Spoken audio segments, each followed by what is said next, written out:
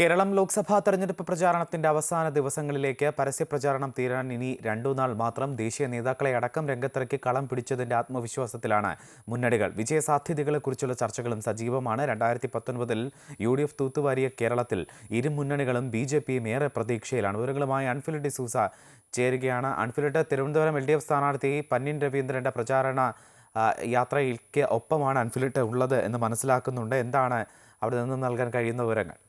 Ballot പെട്ടിയിലെ ഒന്നാമത്തെ ചിഹ്നം അരിവാൾ നിൽക്കുന്നവരുടെ അളത്തിൽ വിരലുകൾ അമർത്തി അദ്ദേഹത്തെ വൻപിച്ച ഭൂരിപക്ഷത്തിൽ വിജയിപ്പിച്ച് കൊടുക്കുന്നതിന് ഈ മത്സ്യത്തൊഴിലാളി അവസാന നിമിഷങ്ങൾ കഴിയും തോറും ഇനി പരസ്യ പ്രചാരണം അവസാനിക്കാൻ വളരെ കുറച്ച് മണിക്കൂറുകൾ എണ്ണി കാത്തിരിക്കുന്ന ഒരു സമയമാണ്. അതുകൊണ്ട് തന്നെ ഈ സ്ഥാനാർത്ഥികളൊക്കെ തന്നെയും ജീവൻ മരണ പോരാട്ടത്തിൽ തന്നെയാണ്.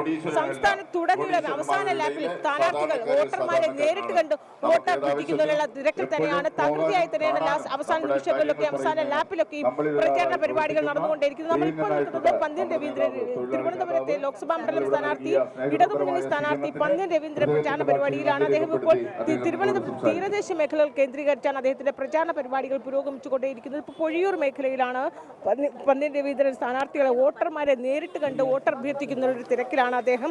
ഈ തിരുവനന്തപുരം മണ്ഡലത്തിന്റെ ഒരു പ്രത്യേകത നമുക്കറിയാം. ഇവിടെയൊക്കെ തന്നെ ഈ തീരദേശ വോട്ടുകൾ, തീരമേഖലയിലെ വോട്ടുകൾ ഏറ്റവും നിർണായകമാകുന്ന ഒരു സാഹചര്യം തന്നെയാണ്. ലോക്സഭാ സ്ഥാനാർത്ഥിയെ തീരുമാനിക്കാൻ ഏറ്റവും നിർണായകമാകുന്ന തീരദേശ മേഖലയിലെ വോട്ടുകളാണ്. അതുകൊണ്ട് തന്നെ ഈ സ്ഥാനാർത്ഥികളൊക്കെ അവസാന നിമിഷം തീരദേശ മേഖല കേന്ദ്രീകരിച്ചാണ് അവസാന 2 നാളുകളിലൊക്കെയും പര്യടനം നടത്തുക.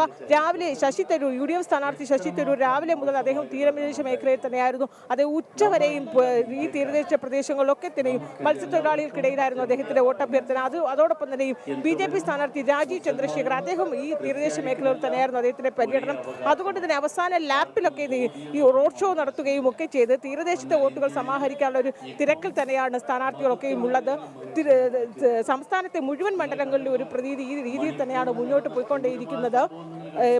അതായത് മുഖ്യമന്ത്രി, ഇടതുപക്ഷത്തിന്റെ സ്ഥാനാർത്ഥിയായ പ്രചാരണത്തിന് നേതൃത്വം നൽകുന്ന മുഖ്യമന്ത്രി, അദ്ദേഹത്തിന്റെ തെരഞ്ഞെടുപ്പ് പര്യടനമൊക്കെ തന്നെ 20 മണ്ഡലങ്ങളിലെ പര്യടനം പൂർത്തി 60 ദിവസം നീണ്ടു നിൽക്കുക. 60 കൺവെൻഷനുകൾ, 20 ദിവസത്തെ 60 കൺവെൻഷനുകളിലെ അദ്ദേഹത്തിന്റെ പര്യടനമൊക്കെ തന്നെ ഇന്ന് പൂർത്തിയാവുകയാണ്.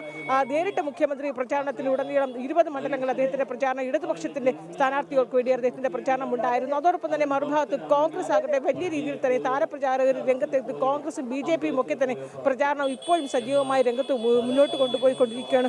വലിയ രീതിയിലുള്ള ഒരു പോരാട്ടം തന്നെയാണ്. തീപാർന്ന പോലെ ഇനി അങ്ങോട്ട് ഇനിയുള്ള ഒരു 2.5 ദിവസം, അതായത് മറ്റന്നാളാണ് നിശ്ചിത പ്രചാരണം, മറ്റന്നാളാണ് പരസ്യ പ്രചാരണം അവസാനിക്കുന്നത്. ആ പരസ്യ പ്രചാരണം മറ്റന്നാൾ കൊട്ടിക്കലാശമാണ്. അതുകൊണ്ട് തന്നെ ആ പരസ്യ പ്രചാരണം അവസാനിപ്പിക്കാനുള്ള ദിവസങ്ങൾ എണ്ണിക്കാത്തിരിക്കുന്നതുകൊണ്ട് തന്നെയും ഗൃഹസന്ദർശനം ഉൾപ്പെടെ നടത്തി പരമാവധി വോട്ടുകൾ സമാഹരിക്കാനുള്ള ഒരു തിരക്കിലാണ് സ്ഥാനാർത്ഥികളൊക്കെ തന്നെയും.